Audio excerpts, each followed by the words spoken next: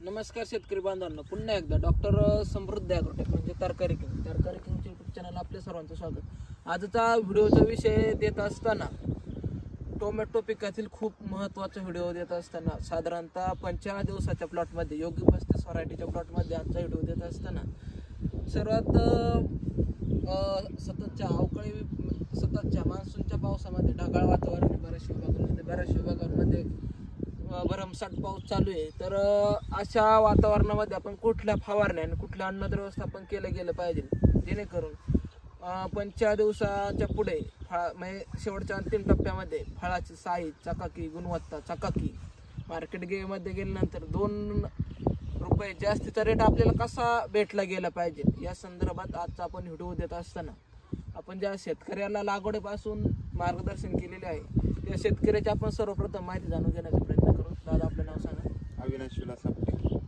अविनाश विलास आपटे, गाव टाकळे, तालुका शिरोळ, जिल्हा पुणे। तर मित्रांनो, कशा पद्धतीने कामकाज केलं गेलं पाहिजे तर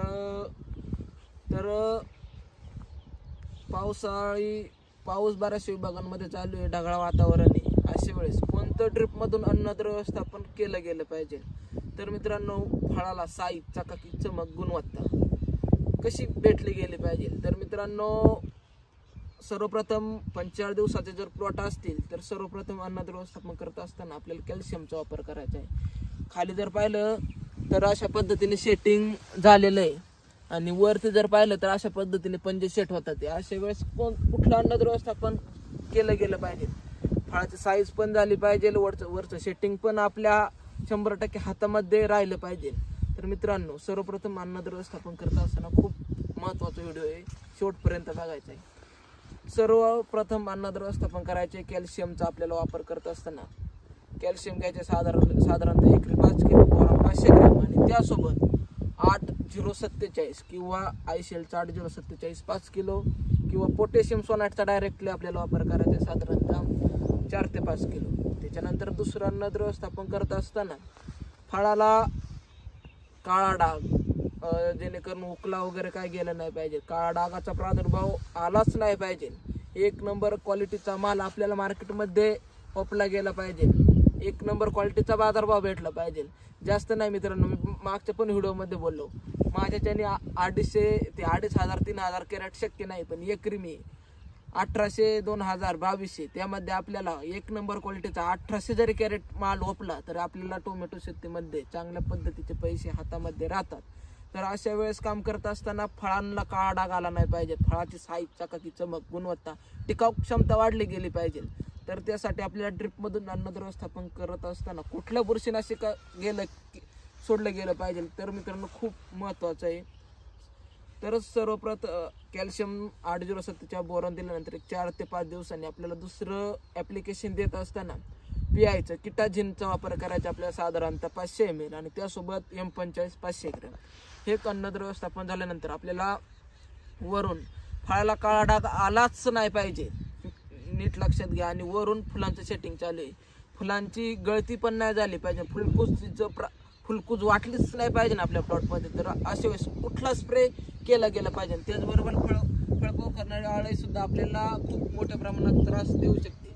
तर इझुकीचा वापर करायचा साधारणतः 100 लिटरला 16 ml आणि त्यासोबत घेत असताना आपल्याला फेम घ्यायचे बाहेरचं 5 ml। त्याच्यानंतर एक अमुष्याचा काळ किंवा पौर्णिमेचा काळ असेल तर आपल्याला अमुष्या पौर्णिमेला बाहेरचं एलेंटो घ्यायचे साधारणतः 15 ml 100 लिटर पंपाला किंवा ट्रेसर घ्यायचे 5 ml। ही एक फवारणी झाल्यानंतर आपल्याला लेड ब्लाइट, बॅक्टेरियल ब्लाइटचा अटॅक जाणवलाच नाही पाहिजे, येणारा उशिरा करपा जागेवरती स्टॉप झाला पाहिजे। त्यासाठी आपल्याला मेलेडिओचा वापर करत असताना 100 लिटर पंपाला 50 ग्रॅम मेलेडिओ, स्टेप्टो 2 ग्रॅम, स्टेप्टो कोमट पाण्यात चांगल्या पद्धतीने विरघळून घ्यायचे। आणि त्यासोबत आपल्याला दुसरे देत असताना कुठलं पुन्हा एकदा कीटकनाशक दिलं गेलं पाहिजे जेणेकरून आपल्याला लाल कोळी त्याचबरोबर नागाळाचा प्रादुर्भाव वाटला नाही पाहिजे। त्यासाठी आपल्याला साधं दमन 47 घ्यायचे 20 ml, एक फवारणी झाली। त्याच्यानंतर लेड ब्लाइटसाठी पुन्हा एक फवारणी सांगतो किंवा आपलं एक साधारणतः 55-60 दिवसाच्या दरम्यान फळ एक अर्ध पिकायला सुरुवात होईल, फळाची टिकाऊ क्षमता वाढली गेली पाहिजे. मार्केटमध्ये गेल्यानंतर आपल्या 2 नंबर बाजारभाव, 2 रुपये बाजारभाव जास्त भेटला पाहिजे. तर आपल्याला सर्वप्रथम 55-60 दिवसाच्या दरम्यान फवारणी करत असताना लुना, बाहेरचा लुनाचा वापर करायचा आहे. 100 लिटरला 20 ml, कासुबीचा वापर करायचा आहे पुन्हा एकदा आपल्याला 25 ml. अशा पद्धतीने कामकाज केले गेल्यानंतर आपल्याला फळाची साईज, चकाकी, गुणवत्ता, त्याचबरोबर 1 नंबर क्वालिटीचा आपण माल मार्केटमध्ये नेऊन आपण 2 रुपये जास्तीत जास्त नफा टोमॅटो शेतीतनं मिळू शकतो. दादांना माझा शेवटचा प्रश्न असा असेल की डॉक्टर समृद्धी ॲग्रोटेकची तुम्हाला सर्वप्रथम माहिती कुठून भेटली? इथूनच एक मित्र करीत होता मला, त्याच्याकडून भेटली. तर तुम्ही करत असलेली शेती, टोमॅटो शेती एक साधारण तुम्ही बोलले 2-3 वर्षापासून मी करतोय. तर आज तुम्ही ह्या वर्षी डॉक्टर समृद्धी ॲग्रोटेक म्हणजे तरकारी किंगचे मार्गदर्शन घेतल्यानंतर टोमॅटो शेतीमध्ये काय फरक झाला? चांगला फरक झाला. काय नक्की फरक काय तुम्ही करत असलेली शेती आणि डॉक्टर समृद्धी ॲग्रोटेकच्या माध्यमातून केलेली शेती,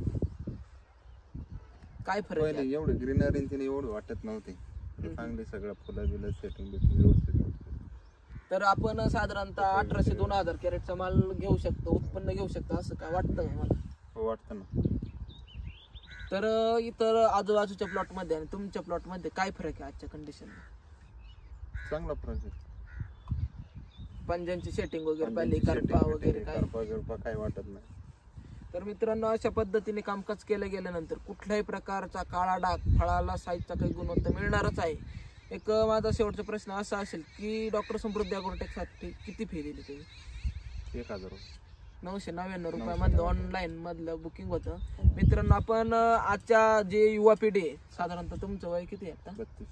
जे ज्या युवा पिढीला तुमचं आजच्या परिस्थितीमध्ये काय सल्ला राहील की मार्गदर्शन, आता एखाद्या गावाला जायचं असेल आपण रोड मॅप लावतो, तर शेतीमध्ये रोड मॅपची गरज आहे का, म्हणजे मार्गदर्शनाची गरज आहे का असं वाटतं? हो आहे ना. का? पाहिजे सल्ला. का घेतला गेला पाहिजे?